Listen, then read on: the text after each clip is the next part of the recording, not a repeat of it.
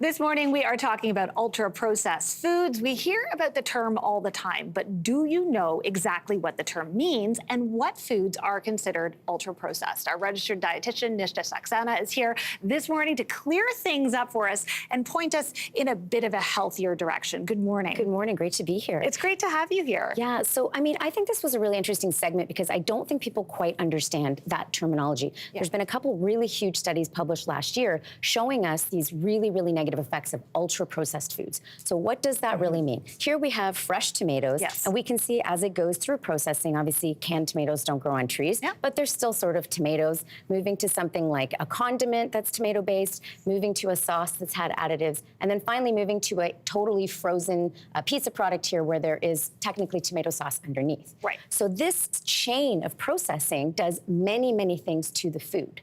So as an example, it can alter the food matrix. Now, what does that mean? Well, there's a very popular weight loss drug in the world right now that does the opposite. It kind of down-regulates things in our body. But when we're eating quote-unquote so-called tomatoes in this format, it actually does the opposite. It's pushing our body to absorb more, push up hormones the wrong way.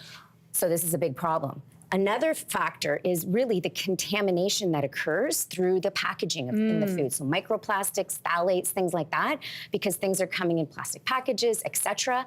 And then finally, the industrial, the nasty compounds that are actually produced through processing. So as an example, things like AGEs, which are acylation, glycation end products, as well as PACs, these different compounds. We don't really want these in our body. They're not actually meant to be there.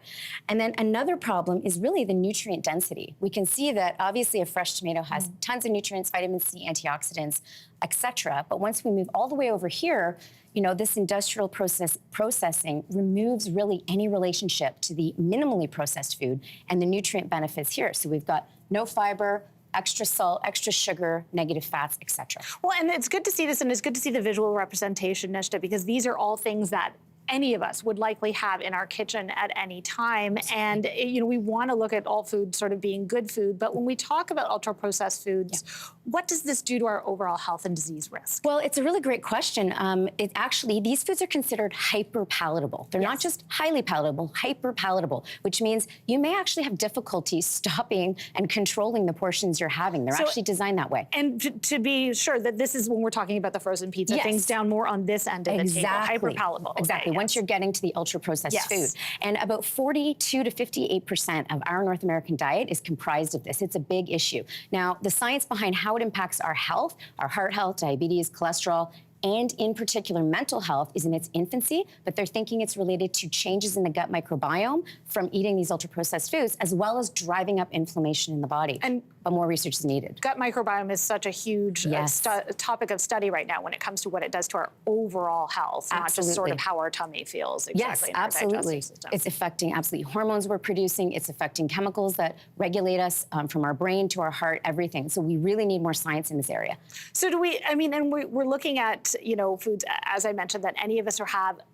Things are difficult right now when it comes to food costs. So let's talk about the bottom line because, again, we want to make the best possible choices for us. So how do we sort of mitigate sort of what we're starting to learn about are the health effects of ultra-processed foods by also being realistic and understanding that any of us might be eating some of these at some times for convenience or other reasons. Yeah, this is an excellent point. So we don't want to shame people or make people feel bad. Food costs have never been higher. So ultra-processed foods are going to be in our life, and that's okay. People are trying to feed their families.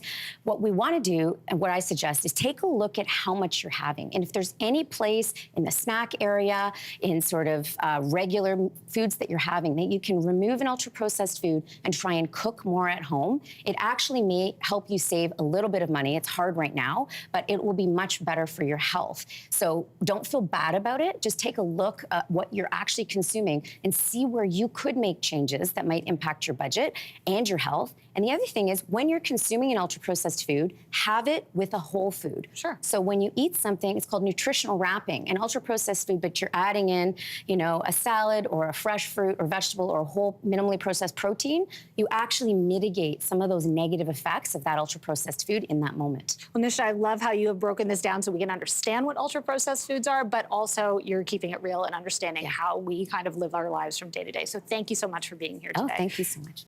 Hey, thanks for watching. If you liked this, be sure to subscribe here, or you can check out more Your Morning videos right here.